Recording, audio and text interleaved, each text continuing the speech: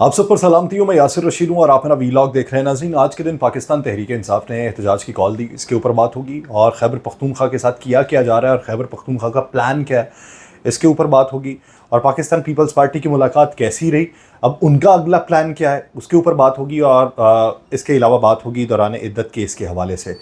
तो सबसे पहले अगर बात करें एहतजाज की सूरत में आज लोग निकले हैं सड़कों के ऊपर, लेकिन इसी दौरान पंजाब ने दफ़ा 144 का नफाज कर दिया। यानी उन्हें अब आके थ्रेट अलर्ट मौसूल हुआ है कि उन्हें मालूम है कि पाकिस्तान तहरीक इंसाफ के कारकुनान सड़कों पर निकलेंगे तो पंजाब भर में दफ़ा 144 के नफाज के बाद विहाड़ी, चनियोट और दीगर शहरों में गिरफ्तारियाँ अमल में आ गई। और बहुत सी जगहों पर यह देखा कि मरकज़ी जो रहनुमा हैं वो गिरफ्तार हो गए और जो शहरी रहनुमा हैं वो भी गिरफ्तार हो गए, लेकिन इसके बावजूद कारकुनान फिर सड़कों पे आए और उन्होंने एहतजाज किया। अब मौजूदा हुकूमत जो है वो परेशानी के अंदर मुब्तला है कि इनको किस तरीके से टैकल करें। दूसरी बात यह है कि खैबर पख्तूनख्वा के हवाले से 6300 मेगावाट बिजली जो है खैबर पख्तूनख्वा प्रोड्यूस करता है। 2600 मेगावाट उसकी ज़रूरत है, लेकिन उसे 1800 मेगावाट फराहम की जा रही है। इस नतीजे में 12 घंटे से ज़ायद की लोड शेडिंग उनके हो रही है। अब उन्हें मुश्किलात हैं और मुश्किलात ऐसी हैं कि जिसको बयान नहीं किया जा सकता, वो जानबूझकर किया जा रहा है और वो हिस्सा जो है वो पंजाब को फराहम किया जा रहा है। फंड्स अगर देखें तो पंजाब को दिए जा रहे हैं। अब क्या आप मियां नवाज शरीफ साहब की हार का बदला उनसे ले रहे हैं या उनसे ये बदला ले रहे हैं कि तुमने हमारा चुनाव नहीं किया, इनका चुनाव किया? अब इस ज़मन के अंदर वो रिटेलिएशन की उस हद तक पहुंचेंगे कि जिस हद तक विफाक जो है एक्सपेक्ट नहीं कर रहा होगा, जिसके नताइज बहुत भयानक निकल सकते हैं। कि पंजाब के अंदर आप डेवलपमेंट की मद में भी रकम के इजरा को जिस हद तक मुमकिन हो सके वो करते रहें, लेकिन दूसरी तरफ आप उनके लिए कुछ ना करें। और उनके लिए जब कुछ नहीं कर रहे तो उनके साथ ज्यादती भी बहुत बड़ी कर रहे हैं, जो हमें इस नतीजे में भुगतना पड़ेगी कि ये मुनाफरत और पोलराइजेशन में मजीद इजाफा हो जाएगा। इसके ऊपर तफसील में बात करेंगे, लेकिन इसी बीच अगर बात कर लें आज केस के हवाले से जो लगा हुआ था, अफजल मजोका साहब ने खबर मानिका के वकील से मुकालमा करते हुए कहा कि इस केस की समाअत मुलतवी नहीं हो सकती, जब उनकी तरफ से ये प्ली ली गई कि आप इसको बगैर सुने मुलतवी कर दें। जज साहब ने यह कहा कि 25 जून को मरकजी अपीलों पर समाअत है, तब तक लाजमी आपने दलाइल फाइनल करने हैं। आप खबर मानिका से जाकर रब्ता कर लें, पावर ऑफ अटर्नी जो है आप व्हाट्सएप पर मंगवा लें। दूसरी तरफ सलमान अकरम राजा साहब थे, खान साहब की तरफ से वकील। जज अफजल मजोका साहब ने बानी पीटीआई और बुशरा बीबी के वकला से मुकालमा करते हुए कहा कि मेरे 2 सवालों के जवाब दे दें, मुझे सजा मुअत्तली पे आपने मुतमईन करना है। तो खान साहब के वकील थे सलमान अकरम राजा साहब, उन्होंने कहा कि मैं आज अपीलों पे दलाइल दूंगा। बुशरा बीबी के वकील थे उस्मान गिल साहब, उन्होंने कहा मैं अदालत की मुकम्मल मुआवनत करूंगा। सलमान अकरम राजा साहब ने कहा जो टेक्निकल बातें हैं, अनसेंसर्ड बातें भी जो हैं जो नहीं पहुंची उनको भी आप तक पहुंचाऊंगा। राजा साहब ने कहा जो आला अदलिया से बाद में फैसला आया उस पर भी अदालत अमल करे। 1985 की आईनी तरमीम के बाद अब सूरत हाल जो है वो पहली से नहीं रही, तब्दील हो गई है। सलमान अकरम राजा साहब ने कहा कि शरीयत कोर्ट के दायरा इख्तियार में दिया गया फैसला जो है वो आखिरी अथॉरिटी है और शरीयत अदालत के क़याम से पहले के फैसलों का हवाला नहीं दिया जा सकता। इस्लाम में एक उसूल है कि औरत की ज़ाती ज़िंदगी में नहीं झांकना। इस्लाम में खातून के बयान को हतमी माना जाता है। इद्दत के 39 दिन गुजर गए तो उसके बाद फिर मजीद नहीं देखा जाएगा। अब इसको उन्होंने तकनीकी बुनियादों के ऊपर सही भी साबित किया। उन्होंने ये कहा कि आला अदलिया ने सारा कसूर जो है वो शिकायत को निंदा पे डाला, जिन्होंने औरत का बयान ही नहीं लिया। अदालत ने इद्दत के 39 दिन गुजरने पे शिकायत खारिज कर दी थी। सलमान अकरम राजा साहब ने गवाह लतीफ़ थे, उनका बयान जब वो पढ़ने लगे तो खबर मानिका के वकील जाहिद आसिफ साहब आए। उन्होंने कहा जी इस गवाह के बयान में कुछ चीज़ें मुनासिब नहीं है और अगर आप ये ना पढ़ें तो फिर मुनासिब होगा। औरतें भी इस वक्त कमरा अदालत के अंदर बैठी हुई हैं तो ना करें। सलमान अकरम राजा साहब ने आगे से जवाब दिया कि औरतों का ख्याल आपको पहले करना चाहिए था, आप केस भी एक औरत के खिलाफ ही लेके आए हुए हैं। उन्होंने कहा यह बयान पहले भी पढ़ा गया, अब भी मैं ये पढ़ूंगा और इसमें असल में बताना ये चाहूंगा कि शिकायत कुनिंदा खबर मानिका का किरदार क्या है। वो बयान उन्होंने पढ़ा। अफजल मजोका साहब ने कहा कि सेशन अदालत की जानिब से सुप्रीम कोर्ट के फैसले को गलत करार नहीं दिया जा सकता। सलमान अकरम राजा साहब ने इस मौके के ऊपर जो दलाइल दिए हैं वो मुकम्मल तैयारी के साथ दिए हैं। अब इधर एक तरफ की मुकम्मल तैयारी देखनी है और दूसरी तरफ की सतही तैयारी भी देखनी है। सलमान अकरम राजा साहब ने कहा कि मुस्लिम फैमिली लॉ में इद्दत का लफ्ज इस्तेमाल नहीं हुआ। चेयरमैन यूनियन काउंसिल को तलाक का नोटिस जाने के बाद 90 रोज गुजरने चाहिए और इस केस में दोनों फरीकैन ये मानते हैं कि तलाक तो बहरहाल हुई है। इद्दत का तसव्वुर शरई है और शरीयत लॉ के बाद सुप्रीम कोर्ट ने शरीयत पर मबनी फैसले किए थे। उन्होंने कहा कि सेक्शन 496 और 496 बी उसकी बुनियाद के ऊपर शिकायत दायर हुई और सेक्शन 496 जो है वो फ्रॉड शादी पे मबनी है जो 1860 में कानून आया था। उन्होंने कहा कि सर हिंदू मसीही और मुसलमान, इनकी शादी में ज़मीन व आसमान का फ़र्क है। और कानून साजों के मुताबिक मसीही शादी तब तक नहीं हो सकती जब तक पादरी खुद ना करवाए। फ्रॉड कौन कर रहा है, किसके साथ कर रहा है? दो फरीकैन मौजूद हैं जिनमें से एक फ्रॉड होगा। अफजल मजोका साहब ने कहा कि 496B में तो सज़ा नहीं हुई। सलमान अकरम राजा साहब ने कहा कि सर 496B को ख़त्म कर दिया गया था, सज़ा की बात नहीं की गई। फर्द जुर्म भी 496B में आयद नहीं हुई। 496B में दो गवाहान होने लाजिम है जो सामने ही नहीं आए। राजा साहब ने फिर यह कहा कि खावर मानिका साहब जो शिकायत को निंदा है, उनके मुताबिक 14 नवंबर 2017 में 3 बार तहरीरी तौर पर तलाक दी गई और हमारे मुताबिक अप्रैल 2017 में बुशरा बीबी और खावर मानिका की तलाक हुई और तलाक के बाद बुशरा बीबी अपनी वालिदा के घर चली गई जहां वो 4 महीने रहीं। उन्होंने कहा कि बुशरा बीबी को दौरान ट्रायल अपना मौक़िफ़ सामने नहीं रखने दिया गया। और सुप्रीम कोर्ट की अगर बात करें तो सुप्रीम कोर्ट ने 90 दिनों का शादी से ताल्लुक जो था वो ख़त्म कर दिया था। तो फिर इसकी बुनियाद के ऊपर नोटिस का तो जवाज़ ही नहीं बनता। अदालत ने देखना यह है कि इस्लामी शरीयत जो है वो इद्दत से मुतल्लिक क्या कहती है। राजा साहब ने अभी की बात नहीं की, उन्होंने शहनशाह आलमगीर के दौर की बात की। उन्होंने कहा जी शहनशाह आलमगीर के दौर के फतवे को शरीयत अदालत ने अपना हिस्सा बनाया। उन्होंने इस पर तौजीहात ये बयान की कि 1 फरवरी को गवाही शुरू होती है, 2 फरवरी को ट्रायल कोर्ट फैसला सुना देती है।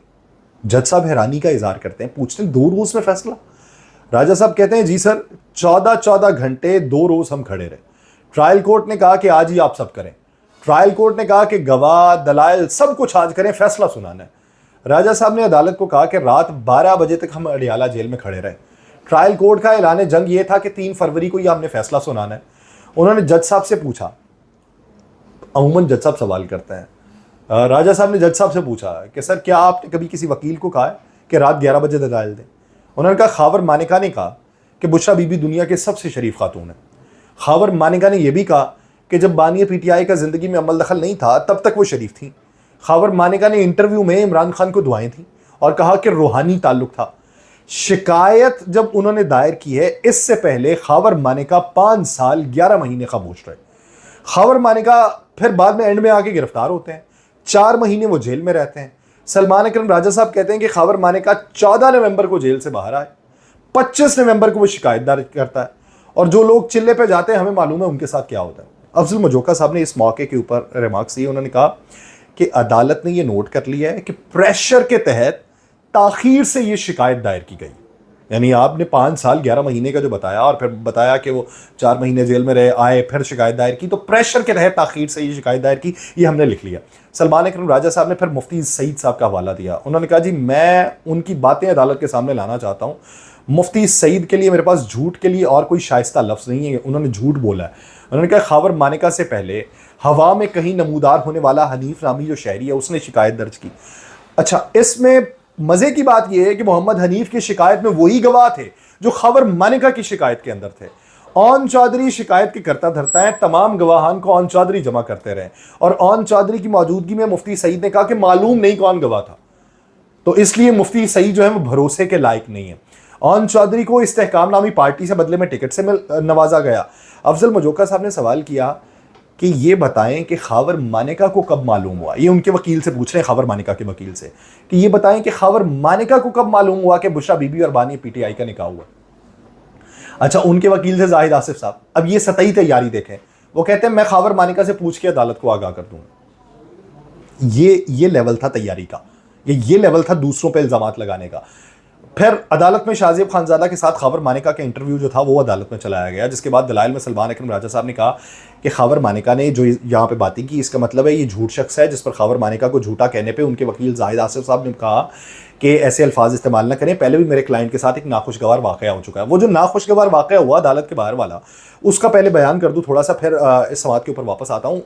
वो वाक़े की फुटेज मंगवाई गई कि फुटेज लेके आए, पता चला जी कैमरे ही गैर फाल है, कैमरे वहाँ पे 1-1.5 साल पहले लगे। अब ये अदालत है जो दूसरों से ये पूछती है कि ये बताएं कि कैमरे गैर फाल थे तो क्यों थे, तकनीकी गलती किसकी थी। अब अदालत के बाहर वाले कैमरे भी गैर फाल निकले। अच्छा, उस समाज पे वापस आते हैं। सलमान अकरम राजा साहब ने कहा कि इमरान खान पे तो कोई इल्ज़ाम भी नहीं है, जिस पर जज साहब ने रिमार्क्स किए, ये तो फिर आप माने कि फ्रॉड इमरान खान के साथ हुआ। अफजल मजोका साहब ने जब ये बात की तो अदालत ने इस पर कह के लगे। अफजल मजोका साहब ने कहा कि 27 जून से पहले अपील पे मुझे फैसला करना है और अगर कोई फरीक हाजिर नहीं होता तो फैसला मैं फिर भी कर दूंगा। और फिर सजा मुअत्तली की दरखास्त पे समाअत जो है वो 25 जून तक मुलतवी कर दी गई। अब ये तो है समाअत का हवाल। दूसरा, वो जो मैंने आगाज़ के ऊपर बात की कि इस वक्त चल क्या रहा है, इस वक्त गिरफ्तारियां चल रही हैं, दफ़ा 144 चल रही है, लेकिन ये पहले मालूम नहीं था। अब आके इनको उसी दिन का पता था जिस दिन पाकिस्तान तहरीक इंसाफ ने मुल्कगीर में तहरीक के तहत रैलीज निकालनी थी और एहतजाज करना था, कि इन्हें ये मालूम था कि अगर ये तहरीक चली तो फिर यहाँ पर भी सवाल उठेंगे, फिर बैनुल अक़वामी सतह के ऊपर भी बात होगी, तो इसलिए दफ़ा 144 का नफाज करके गिरफ्तारियां कर लें। अब गिरफ्तारियों वाला ही माहौल फिर से दोबारा बनाया जा रहा है। दूसरी बात, खैबर पख्तूनख्वा के साथ इस हद तक ज्यादती हो रही है कि पंजाब में जो बजट लगाया जा रहा है, पंजाब को वो हिस्सा खैबर पख्तूनख्वा का दिया जा रहा है। अब हम तो खुश हैं कि भाई साहब हमारे तो लोड शेडिंग उस तादाद उस दौरानिया की नहीं हो रही जिस तरह केपी में हो रही है, हम तो खुश हैं। लेकिन यहाँ पे सिर्फ ये साबित करने के लिए कि मरीम नवाज साहिबा की हुकूमत बहुत बेहतर चल रही है, क्योंकि पाकिस्तान मुस्लिम लीग नून की हुकूमत है और बहुत बेहतर चल रही है, और वहाँ पे पाकिस्तान तहरीक इंसाफ जो है वो एक नाअहल हुकूमत है, नाअहल वज़ीर आला है, इसलिए जो है वहाँ पे डिलीवर नहीं कर पा रहे। तो इस तरीके से अगर आप किसी को तकसीम करने की कोशिश करेंगे और अगर आप किसी को हक नहीं देंगे, तो वो जिस तरीके के वज़ीर आला हैं और जिस तरीके से उनका अंदाज़ गुफ्तगू है, मैं मानता हूँ वो जोशीले हैं, वो सियासी तौर के ऊपर जिस तरीके से गुफ्त शुनीद होनी चाहिए वैसी नहीं करते, लेकिन मसाइल जेन्युइन है, मसाइल जो है वो फैब्रिकेटेड नहीं है। मसाइल जब जेन्युइन है तो उसकी बुनियाद के ऊपर वो अपनी आवाज़ तो ज़रूर उठाएंगे, और इस ज़मन के अंदर वो तैयारियां कर रहे हैं। वो क्या वहाँ पे बातें ये हुई कि अगर पंजाब के अंदर दफ़ा 144 है तो फिर हम लेके निकलेंगे, हम इस्लामाबाद पहुँचते हैं, फिर देखते हैं क्या बनता है। अगर इस तरह की सूरत हाल होगी तो फिर क्या होगा। दूसरी तरफ शाज़िया मरी साहिबा ने कहा कि हमने जो जाके मुलाकात की वो किसी टर्निंग पॉइंट तक नहीं पहुँची मुलाकात जो शहबाज शरीफ साहब के साथ हुई है, तो हमने गैर मशरूत जो हिमायत करनी थी हमने उससे माजरत कर ली है कि हम नहीं करेंगे, हमारे तहफ़्फ़ुज़ात दूर ना हुए तो हम नहीं करेंगे। अब पाकिस्तान पीपल्स पार्टी यहाँ पे अपना तुरब का पत्ता खेलना चाहती है, किस हद तक वो कामयाब होगी या किस हद तक ये राग़िब कर लेंगे एक सवाल तो है। लेकिन बजट मंजूर होता तो दिखाई देता है, लेकिन बजट के बाद हुकूमत कितने अरसे चलेगी ये एक बहुत बड़ा सवाल है, जिसका जवाब ना तो इस वक्त हुकूमत के पास है, ना इत्तेहादियों के पास है, ना अपोजिशन के पास है, ना किसी और के पास है। ये है डेड एंड कि जिसके बाद हमें कोई आगे का रास्ता दिखाई नहीं दे रहा, और ये रास्ता खोजने की तगोदो भी नहीं कर रहे। कब तक नहीं खोजेंगे। मुझे दीजिए इजाजत, अल्लाह निगहबान।